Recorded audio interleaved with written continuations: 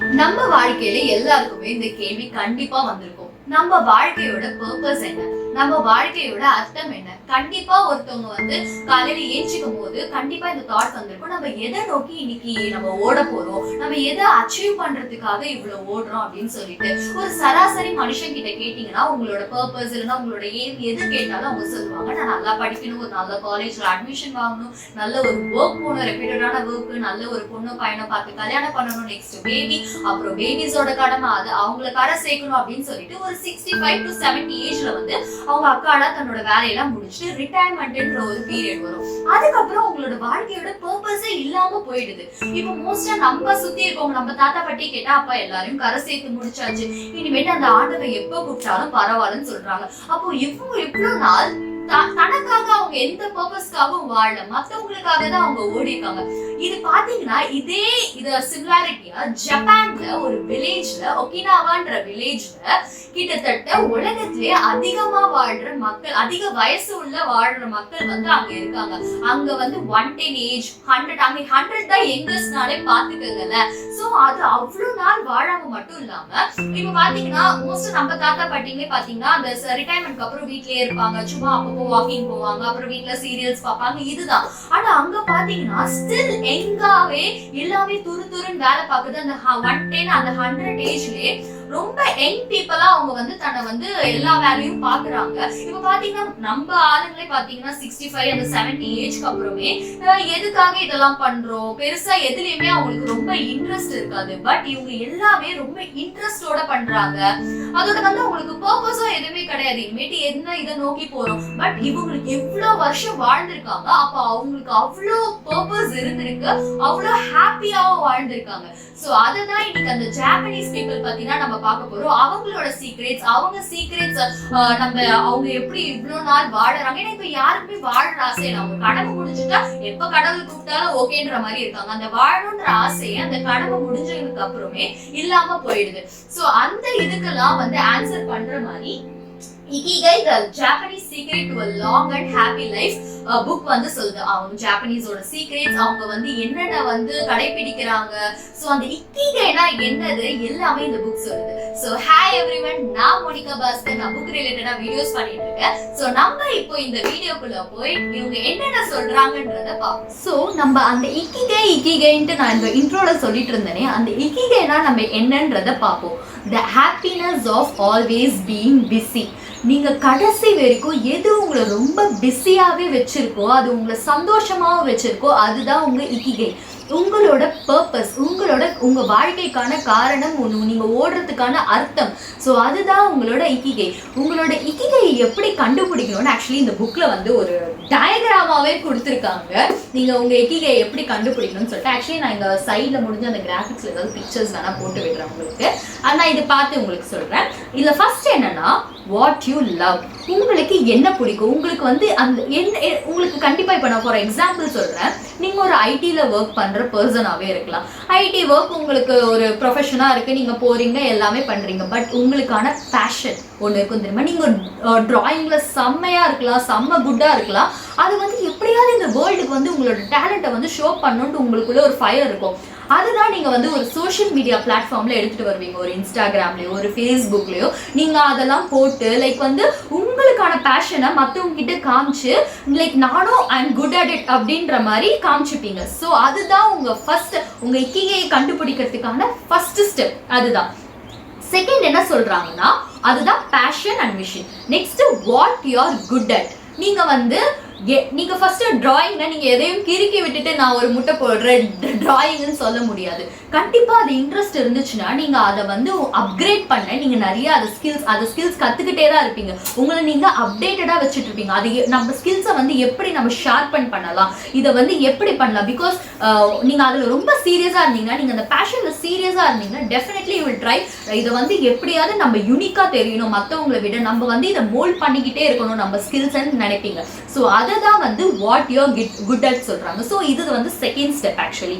So what you can be paid for. நீங்க உங்க skills எல்லாம் செம்மையா வளர்த்துக்கிட்டீங்க, சூப்பரா பண்ணிட்டீங்க. அதுக்கப்புறம் நீங்க சும்மா போட்டுட்டே இருந்தா அது கண்டிப்பா உங்களை மோட்டிவேட் பண்ணாது டெஃபினெட்லி. ஸோ உங்களுக்கு நீங்க பண்ற பேஷனே அது ஒருத்தவங்க பே பண்ணா சூப்பர்ல. So that's it. லைக் வந்து நீங்க செம்மையா நீங்க நல்லா உங்க ஸ்கில்ஸ் எல்லாம் வளர்த்துக்கிட்டீங்க, அதுக்காக உங்களுக்கு பே பண்றாங்க. அது இன்னும் உங்க பேஷனை வந்து கண்டிப்பா மோட்டிவேட் பண்ணும். அதுக்கப்புறம் வாட் தி வேர்ல்ட் நீட்ஸ். நீங்க இந்த விஷயம் பண்ண போறதுனால உலகத்துக்கு என்ன கிடைக்க போகுது? நீங்க டிராயிங் பண்றீங்க, அஃப்கோர்ஸ் நிறைய பேருக்கு வந்து டிராயிங் பண்ணும், ஸோ உங்ககிட்ட கொடுத்து பண்ணுவாங்க. ஸோ டெஃபினெட்லி இந்த வேர்ல்ட் நீட்ஸ் யூ. அது மாதிரி இப்போ நான் புக் படிக்கிறேன்னா, என்ன எக்ஸாம்பிள் எடுத்துக்கிட்டீங்கன்னா, நான் புக் படிக்கிறேன்னா என்னோட நாலேஜ் எனக்குள்ள மட்டும் நான் வச்சுக்காம நான் உங்க கூடயும் ஷேர் பண்ணணும்னு நினைக்கிறேன். நான் என்னென்ன புக் படிக்கிறேனோ அதை உங்க கூட ஷேர் பண்ணி உங்களே நான் படிக்க வந்து மோட்டிவேட் பண்றேன். ஐ திங்க் ஸோ அப்படி பண்ணனா I am really blessed. So அதுதான் இந்த வேர்ல்ட் நீட்ஸ் சொல்றாங்க. ஸோ இதுதான் இது 4 ஸ்டெப்ஸ் உங்க இக்கிகையை கண்டுபிடிக்கிறது. இக்கிகை எப்படி வேணாலும் இருக்கலாம், அது ஒரு வேலையா தான் இருக்கணும்னு கண்டிப்பா அவசியம் இல்லை. நீங்க டெய்லியும் கார்டனிங் பண்றவங்களா இருக்கலாம், லைக் அது உங்க பர்பஸ். டெஃபினெட்லி அதை வந்து ஒரு சிம்பிள் எக்ஸாம்பிள்ல சொல்லணும்னா ஐன்ஸ்டீன் சொல்லியிருக்காரு, லைக் வந்து நீங்க ஒரு கடாயில ஒரு கையை வச்சுட்டீங்கன்னா ஒரு 1/2 hour வச்சுக்கிறீங்களா வச்சுக்கோங்களேன், அது உங்களுக்கு வந்து ஒரு யுகம் மாதிரி இருக்குமா. அது எப்போ வந்து நம்ம கையை எடுப்போம் சுடுண்டு. ஆனா நீங்க ஒரு அழகான பொண்ணுகிட்டயோ பையன்கிட்டயோ ஒரு 1 hour பேசினாலுமே ஒரு 10 minutes மாதிரி ஓடி போயிடுமா. ஸோ உங்களுக்கு பிடிச்ச விஷயம் பண்ணும்போது உங்களுக்கு டைம் போறதே தெரியாது. ஆனா உங்களுக்கு பிடிக்காத விஷயம் பண்ணும்போது ஒரு நிமிஷமும் 1 hour மாதிரி போயிட்டே இருக்கும். அதுதான் சொல்ல வராங்க. நீங்க ஜாப்பனீஸ் டிக்ஷனரியில ரிட்டையர்மெண்ட்ன்ற வார்த்தையே கிடையாதான். அவங்க ரிட்டையரே ஆக மாட்டாங்கன்னா ஜாப்பனீஸ் பீப்புள் அவங்க ஹெல்த் அலோ பண்ற வரைக்கும் அவங்க கடைசி வரைக்கும் தனக்கு பிடிச்ச பர்பஸ், தனக்கு எது பிடிக்குதோ தன்னோட இக்கிகையை அவங்க ஃபாலோ பண்ணிக்கிட்டே தான் இருப்பாங்க. இன்கேஸ் அவங்களுக்கு கார்டனிங் பிடிக்கும்னா அவங்க கடைசி வரைக்கும் அவங்க ஹெல்த் அலோ பண்ற வரைக்கும் அவங்க கார்டனிங் பண்ணிக்கிட்டே தான் இருப்பாங்க. இல்லைன்னா சம்திங் அவங்களுக்கு எனிதிங் நல்லா இன்னும் பண்ணணும்னு நினைப்பாங்கன்னா அதையும் பண்ணிட்டே தான் இருப்பாங்க. ஸோ அவங்களோட டிக்ஷனரியில ரிட்டையர்மெண்ட்ன்றது கிடையாது. ஸோ இந்த ஆன்ஸ்டீன் ப்ராவர்போ இதுவே எப்படி நான் சொல்றேன்னா, நான் தான் சொன்னேன் இப்போ ஒரு அழகான பொண்ணு பையனோ எக்ஸாம்பிள், அது அவர் தான் சொன்னாரு, நான் சொல்லலை. பேசும்போது உங்களுக்கு வந்து 1 hour ஒரு 10 minutes மாதிரி போகுதுல்ல, அதே மாதிரி உங்களுக்கு பிடிச்சது செய்யும் போது நீங்க காலம் ஃபுல்லா ஒரு 100 years ஒரு 110 years செய்யும் போது அது உங்களுக்கு வந்து பெரிய ஒரு பாரமாவும் எதுவும் தெரியாது. அது நீங்க வந்து ஒரு என்ஜாய் பண்ணி பண்ணுவீங்க, ஒரு பேர்டனா பண்ண மாட்டீங்க. ஸோ இதுதான் உங்களோட இக்கிகைன்னு சொல்றாங்க. அந்த இக்கிகையை கண்டுபிடிக்கிறதுக்கான டயக்ராமும் நான் இங்க சைட்ல போட்டிருக்கேன், நீங்க பார்க்கலாம். ஸோ வந்து இது மட்டும் இல்லாம இன்னும் நிறையவே சொல்றாங்க ஜாப்பனீஸ் பீப்புள். ஸோ அதெல்லாம் என்னன்னு பார்ப்போம். எப்படி வந்து அவங்க இவ்வளோ நாள் வந்து இன்னும் இருக்காங்க, அலைவா இருக்காங்க, எப்படி வந்து இவ்வளோ ஹாப்பியா இருக்காங்க, அதுக்கான சீக்ரெட்ஸ் எல்லாமே சொல்றாங்க. அதெல்லாம் என்னன்றதை பார்ப்போம். இந்த புக்ல இருக்கிறத பத்தி நான் எல்லாத்தையும் உங்ககிட்ட சொல்லணும்னா இன்னைக்கு நாள் ஃபுல்லா நான் சொல்லிட்டே இருக்கலாம். ஸோ இதுல அவ்வளோ நிறைய இருக்கு. நான் வந்து இப்போ வீடியோல சொல்றதுக்கான சில இம்பார்ட்டன்ட் பாயிண்ட்ஸ்லாம் செலக்ட் பண்ணி உங்களுக்காக சொல்றேன்.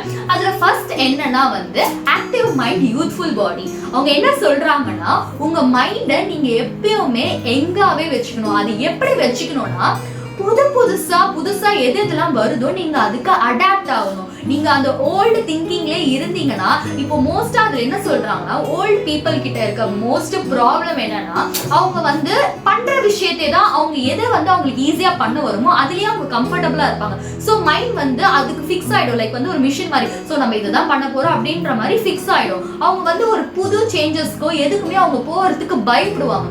அதனாலதான் அவங்க மைண்ட் வந்து ரொம்ப வந்து சீக்கிரமா வந்து ஏஜ் ஆக ஸ்டார்ட் ஆகுதுன்னு இந்த புக்ல சொல்லியிருக்காங்க.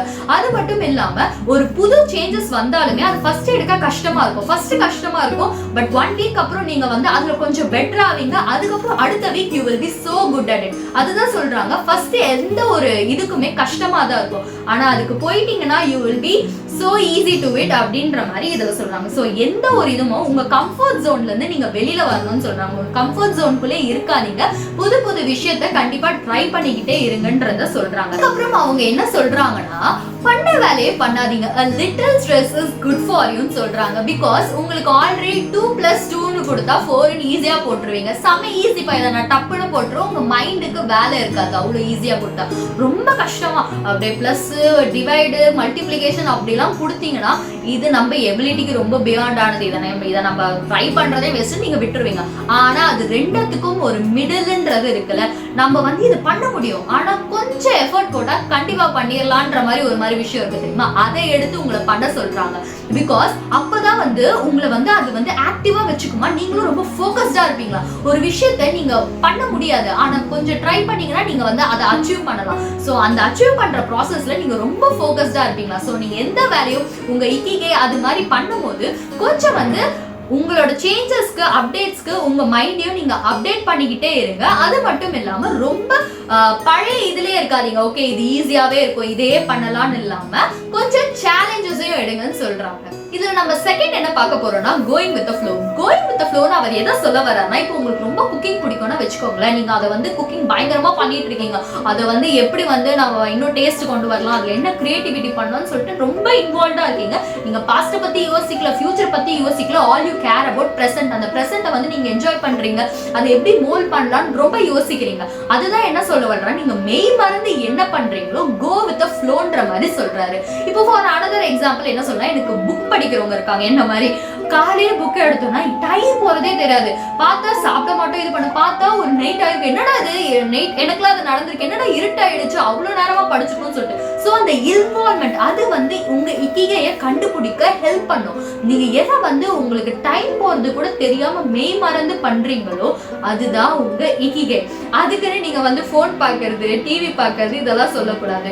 இட் ஷுட் பி நான் சொன்ன மாதிரி அது வந்து உங்களுக்கு யூஸ்ஃபுல்லா இருக்கணும், அது உங்க பேஷனா இருக்கணும், அதுக்கப்புறம் அதுக்கு நீங்க ஒரு பே பண்ற மாதிரி இருக்கணும். அதனால உங்க வேர்ல்டுக்கு என்ன கிடைக்குது நீங்க பண்றதுனால. சோ இந்த ஃபோர் சேர்ந்துதான் இக்கிகை. நான் வந்து போன்ல ரொம்ப இன்வால்வ்டா இருக்கேன், டிவி பார்த்தா எனக்கு டைம் போறதே தெரியலன்னு சொன்னாங்கன்னா அதெல்லாம் உங்க இக்கிகை கண்டிப்பா ஆகாது. அது மட்டும் இல்லாம இப்போ இருக்க சூழ்நிலையில கண்டிப்பா நம்மளுக்கு ரொம்ப பிடிச்சதே வந்து ரொம்ப அந்த ஈடுபாடோட பண்ணும்போது டிஸ்ட்ராக்ஷன்ஸ் கண்டிப்பா நடக்கதான் செய்யும். உங்க போன்ல இருந்து ஒரு நோட்டிபிகேஷன் வரும், லைக் ஏதாவது உங்களுக்கு பிடிச்ச சீரீஸ் வந்து நோட்டிபிகேஷன் வரும், சும்மா இருக்க மாட்டோம், அதை போய் பார்த்து இதை அப்படியே விட்டுருவோம். ஸோ அதுக்கெல்லாம் என்ன சொல்றாங்க, நீங்க அதுல இருந்து டிஸ்ட்ராக்ட் ஆகக்கூடாதுன்னு சொல்லிட்டு சில டிப்ஸ் எல்லாம் சொல்றாங்க. லைக் வந்து நம்ம தான் வந்து டெக்னாலஜியை கண்ட்ரோல் பண்ணணும், டெக்னாலஜி நம்மள கண்ட்ரோல் பண்ற லெவலுக்கு நம்ம கொண்டு போக கூடாதுன்னு சொல்றாங்க. அவர் வாரத்துக்கு ஒரு இன்டர்நெட் ஃப்ரீ டேன்ற மாதிரி வச்சுக்கோங்க அப்படின்ற மாதிரி சொல்றாங்க. வாரத்துல கண்டிப்பா கஷ்டம் அப்படி இப்போ இருக்கிற டைம்ல, பட் ஒரு டெய்லி ஒரு 1 hour இல்ல 2 hour அப்படியே பிராக்டிஸ் பண்ணி அதை கொண்டு வர சொல்றாங்க. ரொம்ப நல்லா இருக்கும்ல. மனுஷங்களை பார்க்க ஆரம்பிப்போம், நம்ம கீழே போனை பார்க்காம, இன்க்ளூடிங் நீ என்னையும் சேர்த்துதான் சொல்றேன், கீழே நம்ம போனை பார்க்காம மேல என்ன இருக்கு என்ன நடக்குது ஃபர்ஸ்ட் அப்படின்ற மாதிரி மேல பார்ப்போம். ஸோ அதுக்கு இந்த டிப்ஸ் இதை சொல்றாங்க. இன்னும் நிறைய டிப்ஸே சொல்லியிருக்காங்க. நீங்க புக் படிச்சா கண்டிப்பா நிறையவே கத்துக்கலாம், ஏன்னா எல்லாமே சொல்ல முடியாது வீடியோல.